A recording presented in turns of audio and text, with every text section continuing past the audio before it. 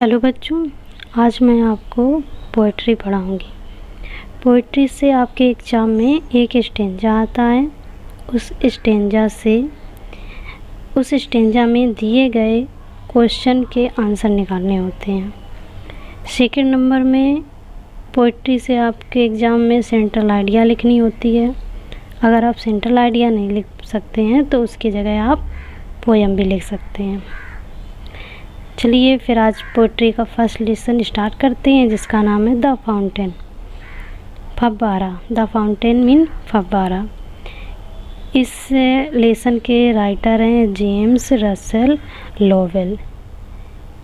इसमें जो कवि है जेम्स रसेल लोवेल यानी कवि जो हैं वो इसमें फव्वारे के विषय में बताते हैं, उसके महत्व के विषय में बताते हैं कि जो फव्वारा है वो जीवन भर नियमित होकर लयबद्ध होकर अपने कार्य में प्रयत्नशील रहता है। उसी तरीके हम सभी को भी अपने जीवन में प्रयत्नशील रहना चाहिए। तो चलिए हम लोग पहला स्टेंजा स्टार्ट करते हैं।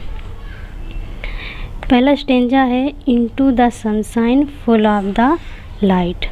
कवि कहता है कि फव्वारा इनटू द सनशाइन सूर्य के प्रकाश में, फुल ऑफ द लाइट सूर्य की रोशनी से भरा हुआ, leaping and flashing. Leaping means कूदता और फ्लैशिंग मीन्स चमकता। और फ्रॉम से मॉर्न दिन में एंड टिल नाइट रात्रि तक। फव्वारा जो है वो सूर्य की भरपूर रोशनी में चमकता हुआ बड़े ज़ोर से कूदता हुआ प्रतीत होता है। फव्वारा जो है वो सुबह से लेकर रात तक चलता रहता है, यानी अपना कार्य जारी रखता है। Second paragraph into the moonlight. Into the moonlight चंद्रमा की रोशनी में। फव्वारा जो है वो चंद्रमा की रोशनी जब उस पर पड़ती है तो वाइटर देन स्नो। वाइटर मीन सफ़ेद हो जाता है और देन स्नो बर्फ़ से भी ज़्यादा। चंद्रमा की रोशनी जब फव्वारे पर पड़ती है तो वो बर्फ़ से भी ज़्यादा सफ़ेद प्रतीत होता है। Waving so flower like. Waving mean हिलता डुलता है। सो फ्लावर, फ्लावर यानी फूल की तरीके। When the winds blow. When माने जब, वाइंड्स ब्लो माने हवा चलती है। जब हवा चलती है फव्वारे पर, जब हवा पर चलती है तो फव्वारा जो होता है वो एक फूल की तरीके हिलता या लहराता हुआ प्रतीत होता है। थर्ड पैराग्राफ जो आपका है इनटू द स्टारलाइट। कवि कहता है कि इनटू द स्टारलाइट तारों की रोशनी में।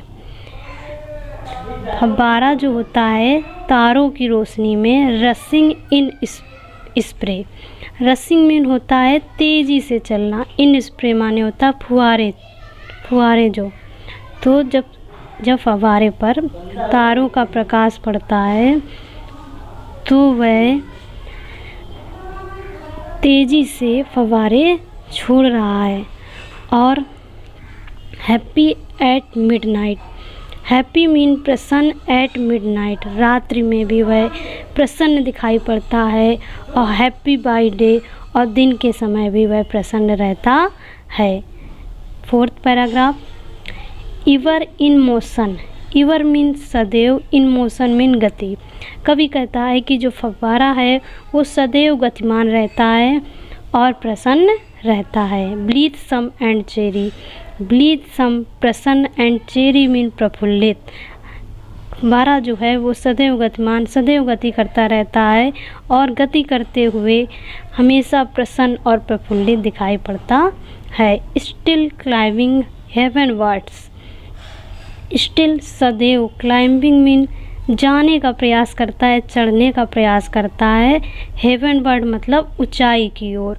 जो फव्वारा है वो हमेशा ऊपर की ओर जाने का प्रयास करता है। Never every. नेवर कभी नहीं, एवरी माने थकता है, वह कभी भी नहीं थकता है। वह सदैव गतिशील रहता है और सदैव अपने कार्य को जारी रखता है। अब ये 4 पैराग्राफ्स आपको मैंने पढ़ा दिए हैं, इनको आप सभी लोग अच्छे से पढ़ लेंगे, समझ लेंगे।